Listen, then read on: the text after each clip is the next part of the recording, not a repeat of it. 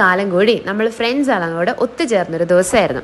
അപ്പോഴാണ് നമുക്ക് ഓർമ്മ വരുന്നത് നമ്മുടെ കൂടെയുള്ള ഒരുത്തൻ്റെ ബർത്ത്ഡേ ആണല്ലോ എന്നുള്ളത്. അവൻ നമ്മുടെ കൂടെ ഇല്ലായിരുന്നു ആ ഒരു സമയത്ത്.